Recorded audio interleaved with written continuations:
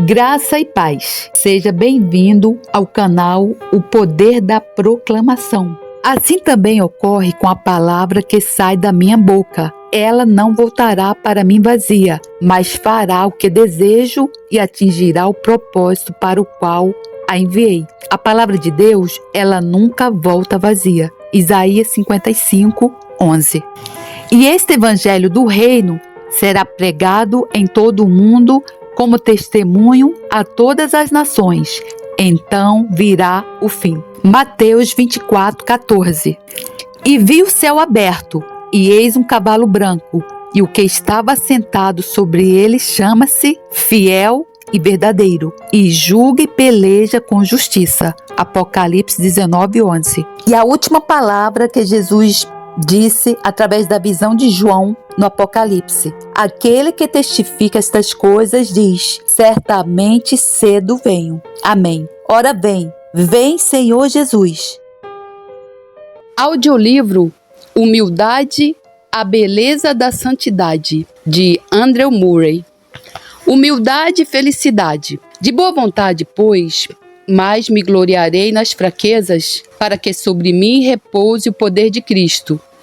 Pelo que sinto prazer nas fraquezas, nas injúrias, nas necessidades, nas perseguições, nas angústias, por amor de Cristo. Porque quando sou fraco, então é que sou forte. 2 Coríntios 12, 9 e 10.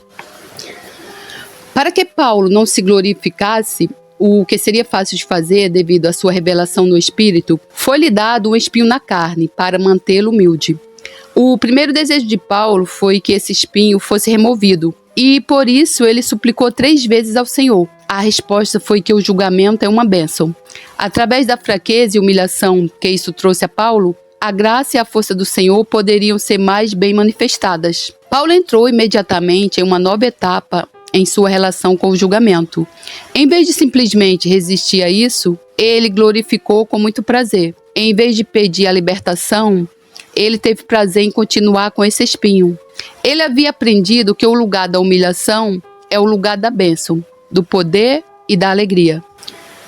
Todo cristão passa por essas 2 etapas em sua busca por humildade. Na primeira etapa, ele teme, foge e busca a libertação de tudo que pode humilhá-lo. Ele ainda não aprendeu a buscar a humildade a qualquer custo. Ele aceitou a ordem de ser humilde e procura obedecê-la, apenas para descobrir o quão completamente ele falha. Ele ora por humildade, às vezes com muita sinceridade, mas em seu coração secreto ele pensa, se não em palavras, então em desejos, para ser mantido longe das próprias coisas que o tornarão humilde.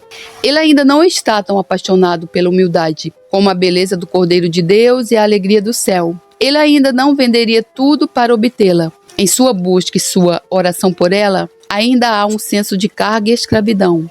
Humilhar-se ainda não se tornou a expressão espontânea de uma vida e de uma natureza genuinamente humilde. Ainda não se tornou sua alegria e seu único prazer. Ele ainda não pode dizer, de boa vontade, pois mais me gloriarei nas fraquezas, para que sobre mim repouse o poder de Cristo. 2 Coríntios 12, 9. Podemos esperar chegar ao estágio em que este será nosso caso? Sem dúvida. O que será que nos levará lá? O que levou Paulo para lá? Uma nova revelação do Senhor Jesus. Nada mais que a presença de Deus pode revelar e expulsar o eu. Uma visão mais clara foi dada a Paulo sobre a verdade profunda de que a presença de Jesus banirá todo o desejo de buscar qualquer coisa em nós mesmos e nos fará deleitar com toda humilhação, nos preparando assim para a sua manifestação mais plena. Nossas humilhações nos levam na experiência da presença e do poder de Jesus, a escolher a humildade como nossa maior bênção. Vamos tentar aprender as lições que Paulo ensina. Podemos ser crentes de longa data, professores famosos e homens de experiências celestiais que ainda não aprenderam completamente a lição da perfeita humildade. Vemos isso em Paulo. Ele ainda não sabia o que significava não ser nada, morrer para que somente Cristo pudesse viver nele, para ter prazer em tudo o que o trazia para baixo. Parece que essa foi a maior lição que ele teve que aprender. a plena conformidade com seu Senhor na fraqueza, para que Deus pudesse ser tudo. A maior lição que um crente tem que aprender é a humildade. Que todo cristão que busca avançar em santidade possa se lembrar bem disso. Pode haver uma intensa santificação, um entusiasmo sincero, uma experiência celestial e, no entanto, se não for impedida por relações muito especiais do Senhor, pode haver uma autoexaltação inconsciente. Com tudo isso, aprendamos a lição. A mais alta santidade é a mais profunda humildade. Lembremos-nos de que não vem de si mesmo, mas apenas por parte de nosso fiel Senhor para aqueles que o servem fielmente. Vejamos nossas vidas à luz dessa experiência e vejamos se de bom grado nos gloriamos na fraqueza e se temos prazer em ferimentos, necessidades e angústias. Sim, vamos perguntar se aprendemos a considerar uma repreensão justa ou injusta, uma crítica de um amigo ou inimigo, uma lesão, um problema ou dificuldade que outros nos trazem. Como, acima de tudo, uma oportunidade para provar como Jesus é tudo para nós. Demonstraremos para o mundo que nosso próprio prazer ou honra não é nada, e a humilhação é, na verdade, aquilo em que temos prazer. É a felicidade de estar livre de si mesmo, que faz com que sejamos engolidos pelo pensamento de que Jesus é tudo. Confiemos nele, que se encarregou de Paulo para que também se encarregue de nós. Paulo precisava de disciplina especial e, com ela, de instrução especial para aprender o que era mais precioso do que até mesmo as coisas indescritíveis que ele ouviu no céu. Ele precisava aprender mais sobre a glória na fraqueza e na humildade. Nós também precisamos disso.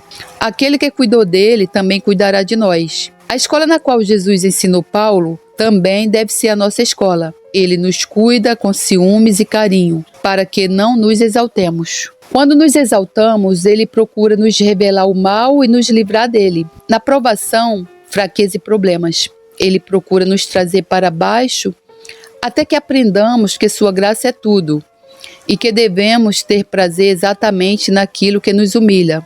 Sua força se torna perfeita em nossa fraqueza. Sua presença, preenchendo e satisfazendo nosso vazio, se torna o segredo de humildade que nunca falhará. Pode trabalhar em nós e através de nós, como fez em Paulo, e dizer: eu sou como Paulo, embora não seja nada. Sua humilhação o levou à verdadeira humildade, com sua maravilhosa alegria, glória e prazer em tudo que é humilde. Portanto, de boa vontade, pois, mas me gloriarei nas fraquezas, para que sobre mim repouse o poder de Cristo. 2 Colossenses 2:9. O homem humilde aprendeu o segredo da alegria duradoura. Quanto mais fraco ele se sente, quanto mais baixo ele afunda, e quanto maiores suas humilhações, mais Cristo se torna a sua porção. Quando ele reconhece que não é nada, a palavra de seu Senhor traz uma alegria cada vez mais profunda. E ele entende as palavras: a minha graça te basta. Sinto como se eu tivesse que resumir as duas lições. O perigo do orgulho é maior e mais perigoso do que pensamos. E a graça da humildade é maior e mais próxima do que pensamos. O perigo do orgulho é maior e mais próximo do que pensamos, e especialmente na época de nossas mais altas experiências espirituais. O pregador da verdade espiritual em uma congregação admirável, o orador talentoso numa plataforma de santidade, o cristão dando testemunho de uma experiência abençoada e o evangelista avançando na vitória, nenhum homem conhece o perigo oculto ao qual estes estão expostos. Paulo estava em perigo sem sabê-lo. O que Jesus fez por ele está escrito para nossa prudência, para que possamos conhecer nosso perigo e conhecer nossa única segurança. Com toda certeza, você já deve ter ouvido sobre um pastor que está tão cheio de si mesmo ou que não pratica o que prega. Irmãos, Jesus, em quem confiamos, é o único que pode nos tornar humildes. Sim, a graça da humildade é maior e mais próxima do que pensamos. A humildade de Jesus é a nossa salvação. O próprio Jesus é a nossa humildade. Nossa humildade é seu cuidado e seu trabalho. Sua graça é suficiente para que nós também enfrentemos a tentação do orgulho. Sua força será aperfeiçoada em nossa fraqueza. Optemos por ser fracos, por ser baixos, por ser nada. Que a humildade seja para nós alegria e felicidade. Glorifiquemos e tenhamos prazer na fraqueza, em tudo que possa nos humilhar e nos manter baixos. O poder de Cristo descansará sobre nós. Cristo se humilhou e, como resultado, Deus o exaltou. Cristo nos humilhará e nos manterá humildes. Concitamos de coração e com confiança e alegria, aceitemos tudo que é humilde e, como resultado, o poder de Cristo repousará sobre nós. Descobriremos que a mais profunda humildade é o segredo da mais verdadeira felicidade, de uma alegria que nada pode destruir. Humildade e exaltação. O que se humilha será exaltado. Lucas 14:11. Humilhai-vos na presença do Senhor e Ele vos exaltará. Tiago 4:10. Humilhai-vos, portanto, sob a poderosa mão de Deus, para que Ele, em tempo oportuno, vos exalte. 1 Pedro 5:6. Ainda ontem me fizeram a pergunta: como posso conquistar o orgulho? A resposta foi simples. 2 coisas são necessárias. Faça o que Deus diz que seu trabalho é e humilhe-se. Confie nele para fazer o que ele diz que seu trabalho é, e ele o exaltará. O comando é claro: humilhe-se. Isso não significa que seja seu trabalho conquistar e expulsar o orgulho de sua natureza e formar dentro de si a humildade do Santo Jesus. Não, essa é a obra de Deus. Ele é quem o eleva à verdadeira semelhança do Filho amado. O que ele quer de você é que você aproveite todas as oportunidades para se humilhar diante de Deus e do homem. Humilhe-se na graça da fé que já está trabalhando em você e na garantia de mais graça que está por vir. Humilhe-se na luz de que a consciência brilha sobre o orgulho do coração.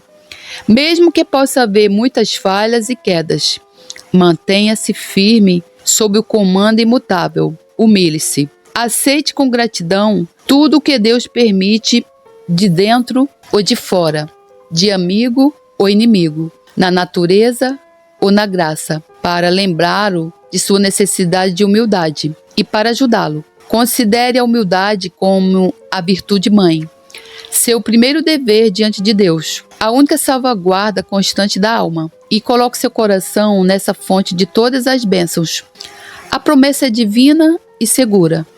Aquele que se humilhar será exaltado. Certifique-se de fazer a única coisa que Deus pede: humilhe-se.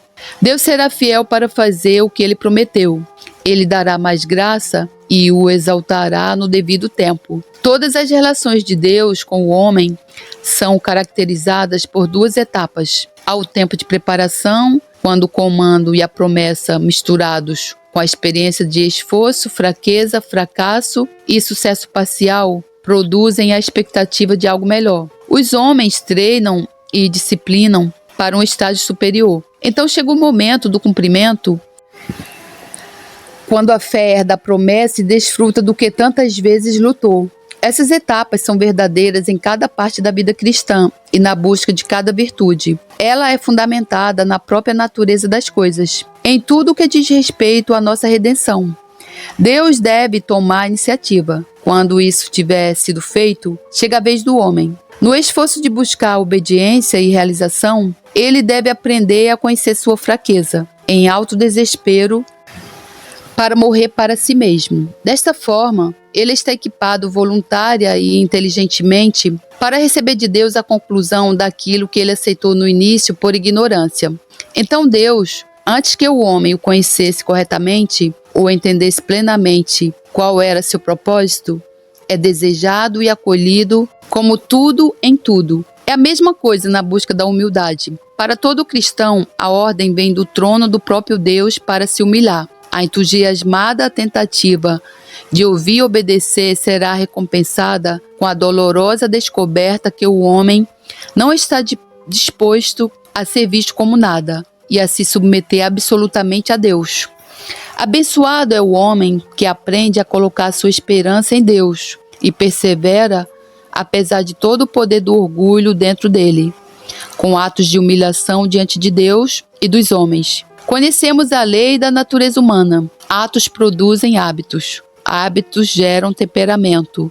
O temperamento forma a vontade. E a vontade corretamente formada é o caráter. Não é diferente no trabalho da graça. Atos repetidos criam hábitos e temperamentos. E estes fortalecem a vontade. Em última análise, a humildade do coração orgulhoso é recompensada com mais graça, na qual o Espírito de Jesus conquistou e trouxe a nova natureza para a sua maturidade, onde o manso e o humilde habita agora para sempre. Humilhai-vos aos olhos do Senhor e Ele vos exaltará.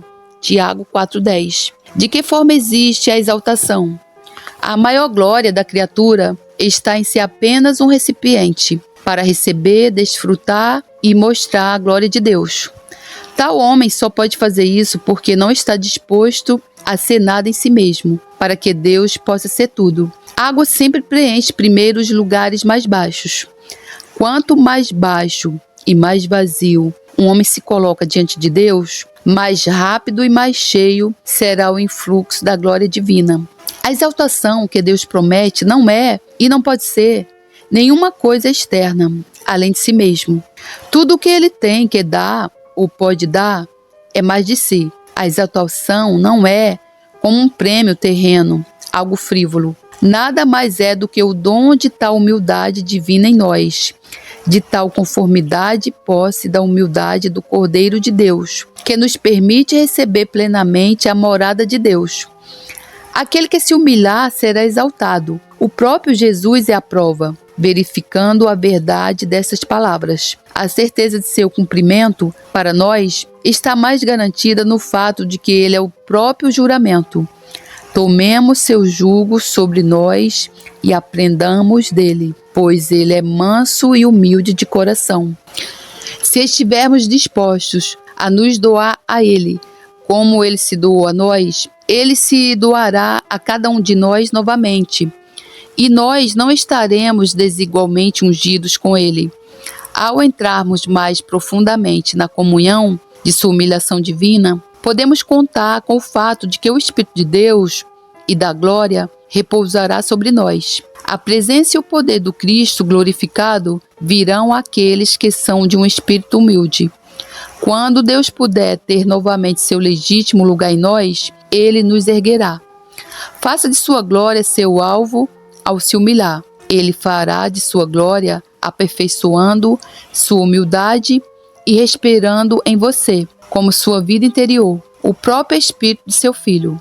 Como a vida onipresente de Deus o possui, tudo está sob o cuidado daquele que tudo supre. De boa vontade, pois, mais me gloriarei nas fraquezas, para que sobre mim repouse o poder de Cristo. 2 Colossenses 12:9.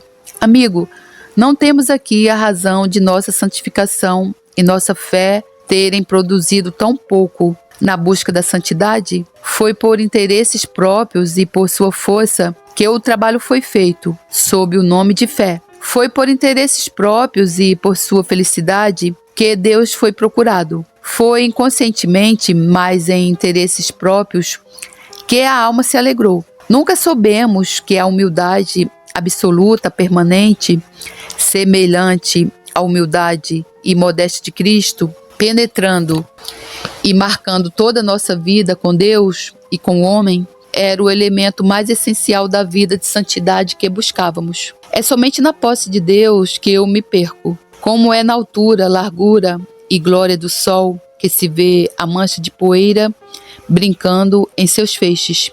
Mesmo assim, a humildade está tomando nosso lugar na presença de Deus para ser nada mais que um pouco de poeira habitando na luz do sol de seu amor. Quão grande é Deus, quão pequeno eu sou, perdido, engolido pela imensidão do amor. Somente Deus lá, não eu.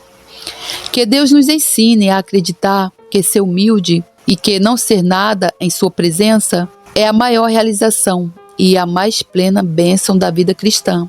Habito no alto e santo lugar, mas habito também com o contrito e abatido de espírito. Isaías 57:15. Seja essa a nossa parte, ó, para que eu seja mais vazio, mais baixo, despercebido e desconhecido, e para que, em Deus, eu me torne um navio mais santo, cheio de Cristo e só Cristo. Uma oração por humildade. Vou lhe dar aqui um guia infalível. Você pode realizar essa experiência para verificar a verdade. É isto. Aposente-se do mundo e de toda conversa apenas por um mês. Não escreva, nem leia, nem debata nada consigo mesmo. Pare todo o trabalho anterior de seu coração e mente. E com toda a força de seu coração, permaneça todo este mês o mais continuarmente possível na seguinte forma de oração a Deus. Ofereça-o frequentemente de joelhos, mas quer esteja sentado, andando ou em pé, esteja sempre desejando interiormente e orando sinceramente esta única oração a Deus.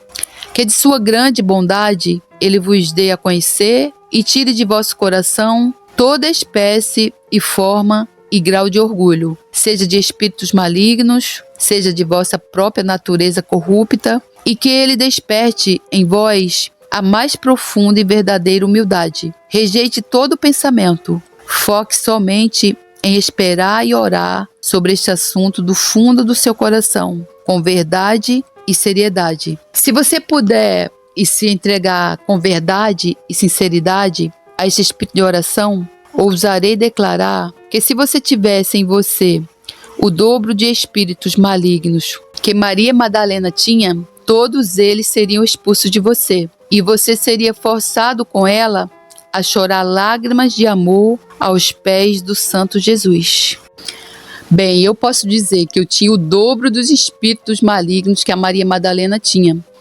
Eu acho que a Bíblia diz que ela tinha 7 espíritos, se eu não me engano. E eu tinha mais do que isso. E graças a Deus, Jesus, Ele, quando me salvou, Ele não só me salvou, Ele me curou de várias enfermidades que não eram físicas, eram provindas de espíritos malignos, e me libertou de todos esses espíritos malignos para a honra e glória do seu nome. Notas. Nota A. Tudo isso para tornar conhecido que o orgulho pode transformar os anjos mais altos em demônios. Esse é o grande fim de Deus, levantando uma nova criação a partir de um reino caído de anjos. Para este fim, está em seu estado de guerra entre o fogo e o orgulho dos anjos caídos e a humildade do Cordeiro de Deus, que a última trombeta possa soar a grande verdade através das profundezas da eternidade, que o mal não pode ter começo, senão a partir do orgulho, e nenhum fim senão a partir da humildade. A verdade é esta: o orgulho deve morrer em você, ou nada do céu pode viver em você. Sob a bandeira da verdade, entregue-se ao espírito manso e humilde do Santo Jesus. A humildade deve semear a semente, ou não pode haver colheita no céu. Não veja o orgulho apenas como um temperamento impróprio, nem a humildade apenas como uma virtude decente. Uma é a morte e a outra é a vida. Um é todo o inferno e o outro é todo o céu. Por mais que você tenha orgulho dentro de você, você tem o anjo caído vivo em você, tanto quanto você tem verdadeira humildade. Você tem do Cordeiro de Deus dentro de você. Se você pudesse ver o que cada agitação do orgulho faz à sua alma, você suplicaria para que essa víbora fosse arrancada de você, mesmo que isso exigisse a perda de uma mão ou de um olho. Se você pudesse ver o doce, divino e transformador poder que existe na humildade, como ele expulsa o veneno de sua natureza e abre espaço para o Espírito de Deus viver em você, você preferiria ser o escabelo dos pés de um homem do que não ter humildade. Nota B. Precisamos saber duas coisas: que nossa salvação consiste inteiramente em sermos salvos de nós mesmos, ou daquilo que somos por natureza. Que em toda a natureza das coisas, nada poderia ser essa salvação, ou Salvador para nós, a não ser a humildade de Deus, que está além de toda expressão. Portanto, o primeiro termo inabalável do Salvador para o homem caído é: A não ser que um homem negue a si mesmo, ele não pode ser meu discípulo. O eu é todo o mal da natureza caída. A autonegação é nossa capacidade de sermos salvos. A humildade é nosso salvador. O eu é a raiz, os galhos e a árvore de todo o mal de nosso estado caído. Todos os males dos anjos e homens caídos têm seu nascimento no orgulho de si mesmos. Por outro lado, todas as virtudes da vida celestial são as virtudes da humildade. Só a humildade é que faz o abismo intransponível entre o céu e o inferno. Qual é então a grande luta pela vida eterna? Tudo está na luta entre o orgulho e a humildade. Orgulho e humildade são as duas potências mestras e os dois reinos em luta pela eterna possessão do homem. Nunca houve nem nunca haverá mais do que uma humildade, e essa é a única humildade de Cristo. O orgulho e o ego têm a totalidade do homem, até que o homem tenha sua totalidade em Cristo. Portanto, a boa luta é para que a natureza auto-idolátrica que ele tem de Adão possa ser levada à morte pela humildade sobrenatural de Cristo trazida à vida nele. Uma humildade venerável e carinhosa. Nota C. Morrer para si mesmo não pode ser feito por qualquer resistência ativa que possamos fazer a ele pelos poderes da natureza. A única maneira verdadeira de morrer para si mesmo é o caminho da paciência, mansidão, humildade e resignação a Deus. Essa é a verdade e a perfeição de morrer para si mesmo. Pois se eu lhe perguntar o que significa o Cordeiro de Deus, você não diria que significa a perfeição da paciência, mansidão, humildade e resignação a Deus? Portanto, você não me diria que o desejo e a fé nessas virtudes é uma aplicação a Cristo, uma entrega de si mesmo, a Ele a perfeição da fé nele? E então, essa inclinação de seu coração renovado é para interagir na paciência, mansidão, humildade, resignação a Deus. Realmente desistir de tudo o que você é e tudo o que você tem de Adão caído. E deixar perfeitamente tudo o que você tem para seguir de Cristo. É o seu maior ato de fé nele. Cristo não está em nenhum outro lugar, a não ser nessas virtudes, quando elas estão lá. Ele está em seu próprio reino, que este seja o Cristo que você segue. O Espírito do amor divino não pode ter nascimento em nenhuma criatura caída, até que escolha diariamente estar morta a si mesma, em paciente e humilde resignação ao poder e misericórdia de Deus. Busco a plenitude em minha salvação através dos méritos e da mediação do Cordeiro de Deus manso, humilde, paciente e sofredor, que é o único que tem o poder de fazer nascer essas virtudes celestiais em minha alma. Não há possibilidade de salvação, exceto no e pelo nascimento do manso, humilde, paciente e resignado Cordeiro de Deus em nossas almas. Quando o Cordeiro de Deus tiver trazido à luz um verdadeiro nascimento de sua própria mansidão, humildade e plena resignação a Deus em nossas almas, então é o aniversário do Espírito de amor em nossas almas, que sempre que o alcançarmos, banqueteará nossas almas com tanta paz e alegria em Deus, que apagará a lembrança de tudo o que antes chamávamos de paz ou alegria. Este caminho para Deus é infalível. Esta infalibilidade é fundamentada no duplo caráter do nosso Salvador. Ele é o Cordeiro de Deus, o princípio de toda mansidão e humildade na alma. Ele é a luz do céu, e ele abençoa a natureza eterna e a transforma em um reino dos céus.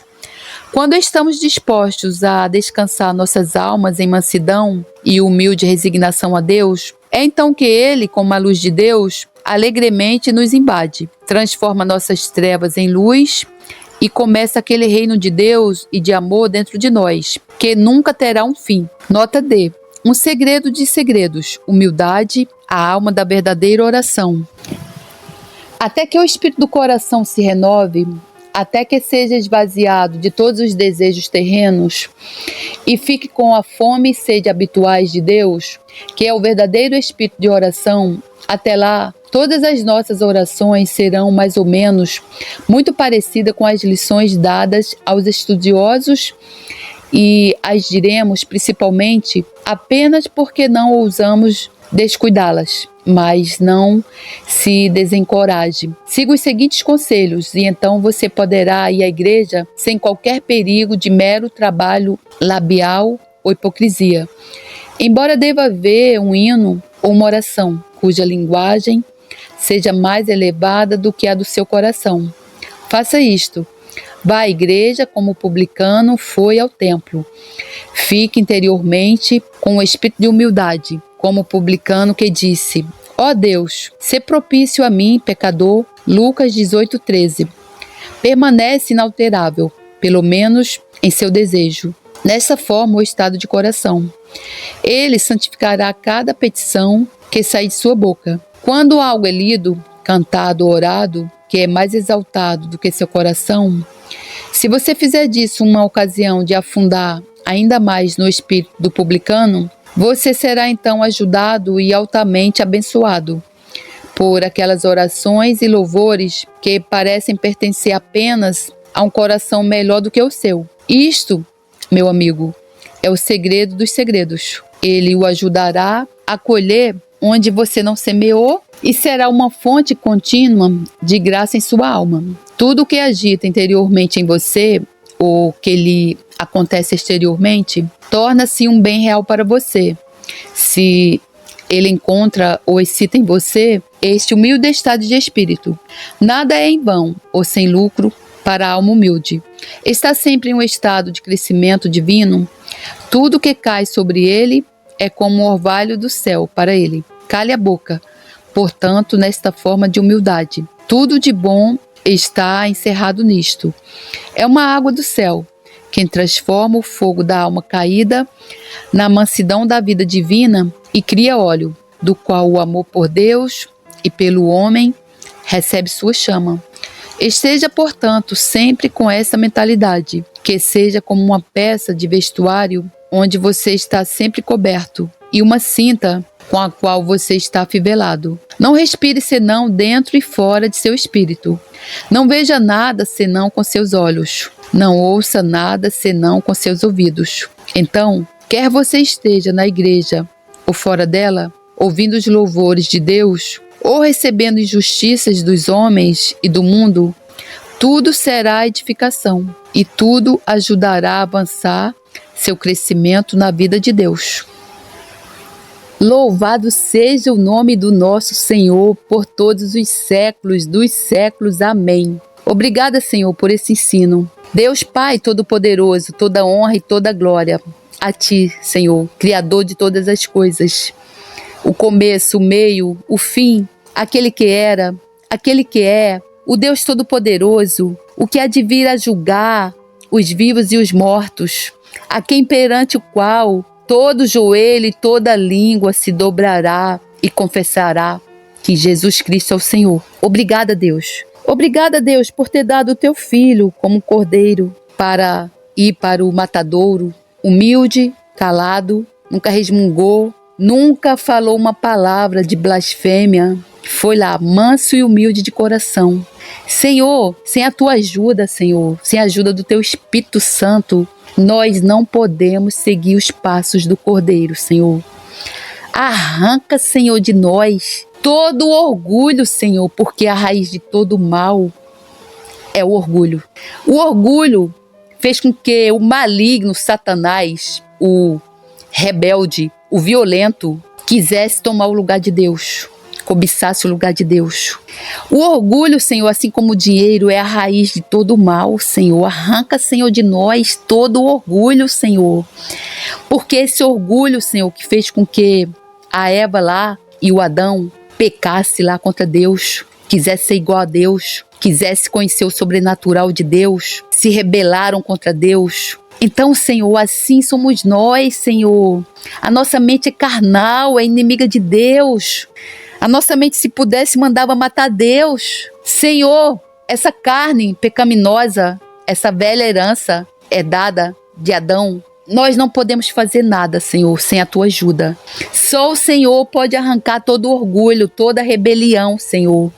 Só o Senhor pode nos tornar humildes como o Cordeiro.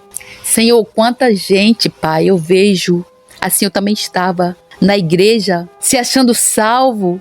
Porque dão o dízimo, porque dão ofertas, porque vão lá todos os domingos, mas chega em casa, não tem nada do Cordeiro, Senhor, na pessoa. A pessoa grita com o filho, a pessoa grita com a mãe.